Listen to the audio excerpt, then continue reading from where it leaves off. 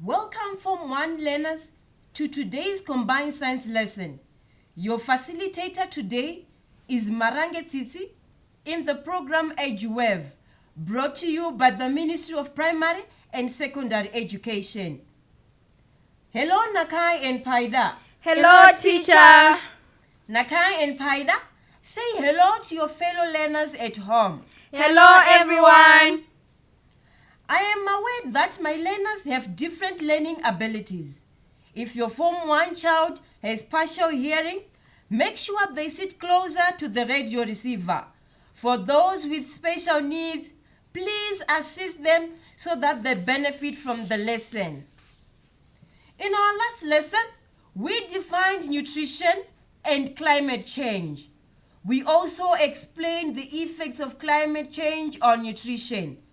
I gave you homework to name other diseases caused by too much heat.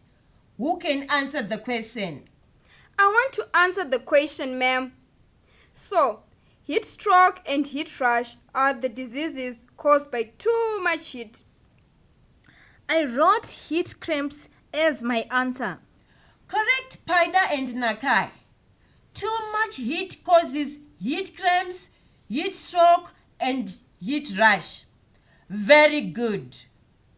In today's lesson, we will learn how to ensure good diet and nutrition for our families and our nation, while also fighting climate change. Today, we want to discover practical ways to achieve balanced meals, essential nutrients, and portion control. We will also explore innovative projects like community gardens and eco-friendly farming that promote healthy eating and help the environment. We also want to learn how our food choices impact our health and the planet. Together, let's create a future where everyone enjoys nutritious diets and contributes to a sustainable world. Let's get started on this incredible journey. Hey, Nakai, have you ever wondered how climate change affects our ability to have good diets and nutrition? To have nutrients like carbohydrates, fats, fiber, water, and proteins. Absolutely, Paida. Climate change can disrupt the weather patterns, leading to extreme conditions like droughts or floods. These events can directly impact crop yields, affecting the availability and affordability of nutritious foods like meat and salsa for our families and the entire nation. Nakai, what if we start by exploring ways to ensure good diet and nutrition for our families? That's a fantastic idea, Paida. We can start by promoting backyard gardening, where families grow their own vegetables and herbs. This way, they have access to fresh, nutritious produce right at their doorstep. And we can encourage the use of compost and organic fertilizers to enrich the soil. It's not only good for the environment, but it also improves the quality of the crops grown. Absolutely.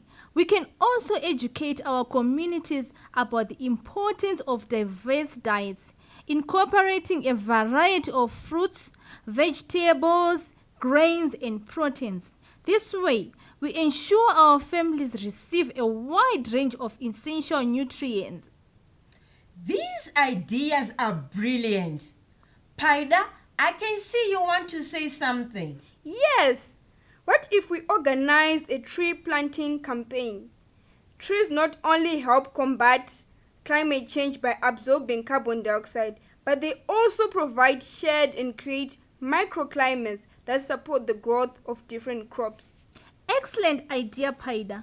We can involve our community members and plant fruit trees as well. This way, we contribute to reforestation efforts while ensuring a sustainable source of nutritious fruits for everyone. Nakai, remember the time we accidentally planted tomatoes instead of pepper in Miss Chiramba's garden?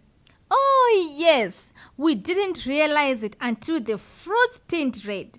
We were surprised, and Mrs. Chiramba was delighted with the unexpected harvest. It brought joy to the whole neighborhood.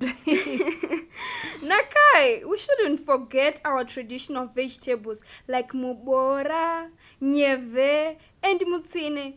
They are often more resilient to local climate conditions and can provide unique nutritional benefits. Absolutely, Paida.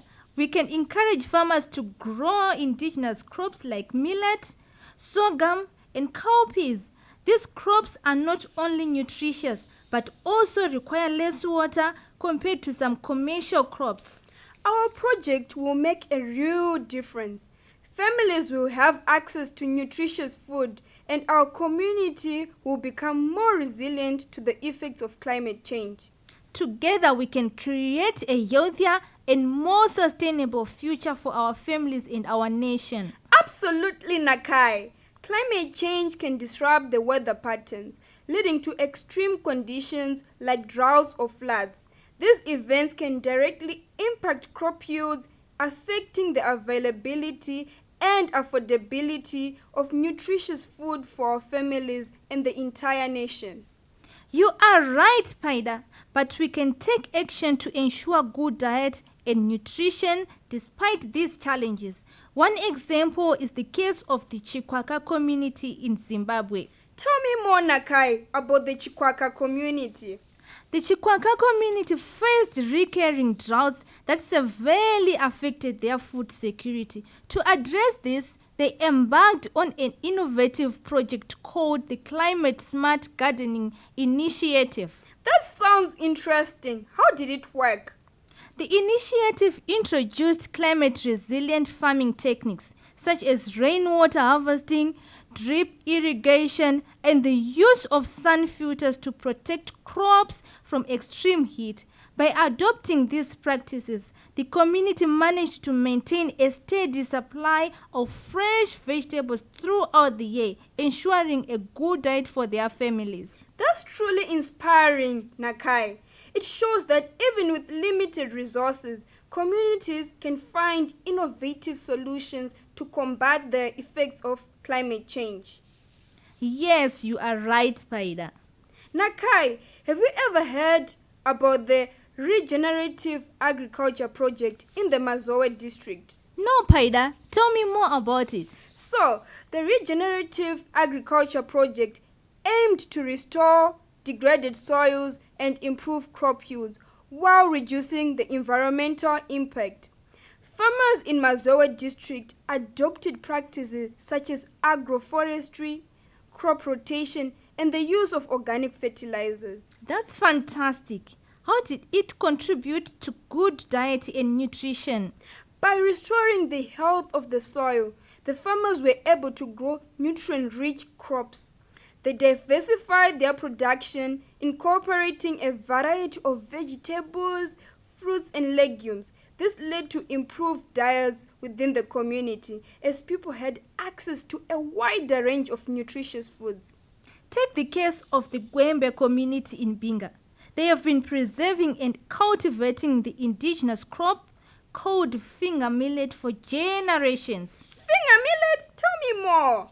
Finger millet is a drought-tolerant crop rich in essential nutrients like iron and calcium. Despite the changing climate, the Gwembe community has continued to grow finger millet, ensuring a nutritious staple for their families and maintaining their cultural heritage. Nakai, remember when we tried to convince Mr. Gumbo to switch from conventional farming to organic methods? Oh yes! He was skeptical at first, but when we showed him the impressive results from the neighboring organic farming, he couldn't resist. Now, he is one of the biggest advocates for sustainable farming practices.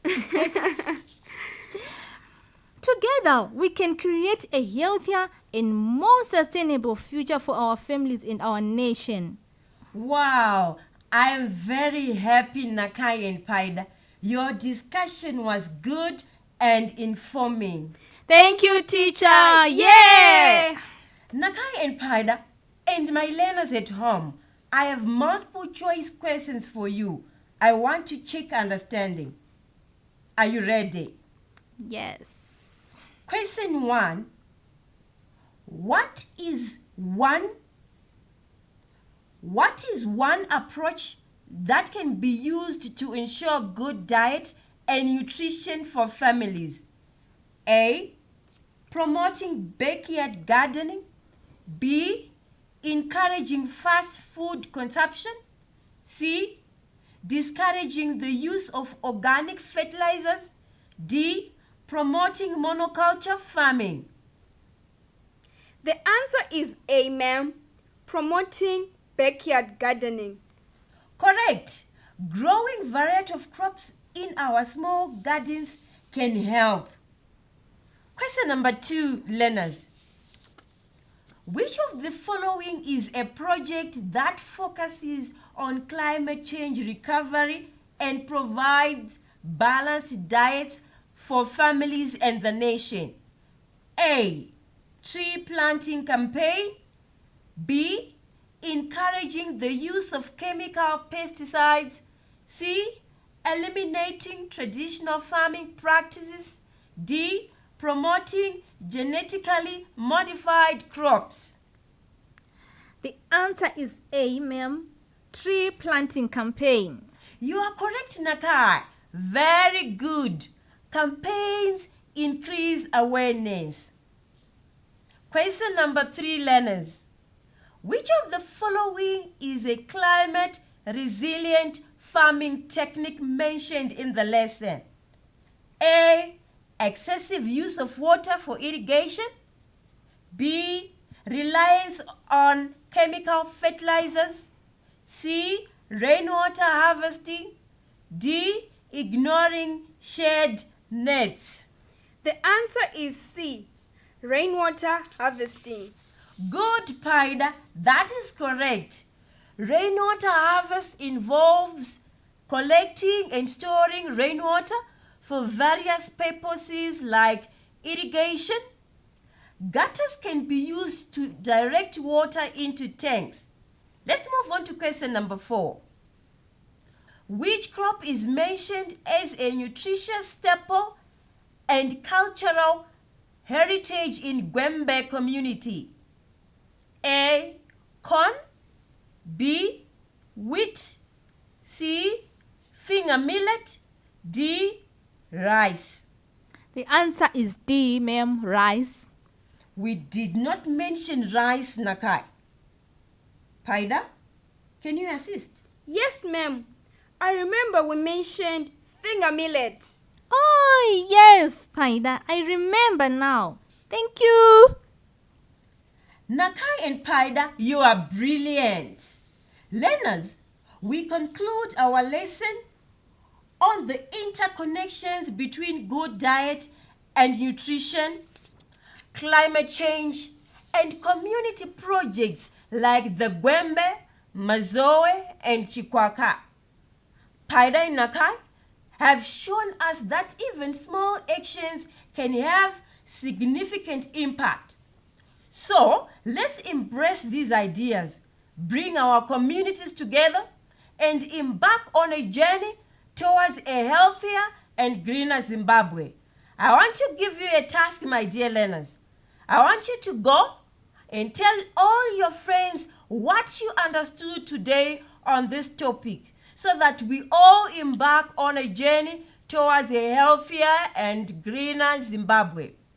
For your homework, I want you to 1. State any 4 nutrients that make a balanced diet. State 4 nutrients that make a balanced diet. Number 2, from one nutrient you have mentioned, state its sources. Number 3, explain how climate change affects the availability of nutritious foods. Explain how climate change affects the availability of nutritious foods.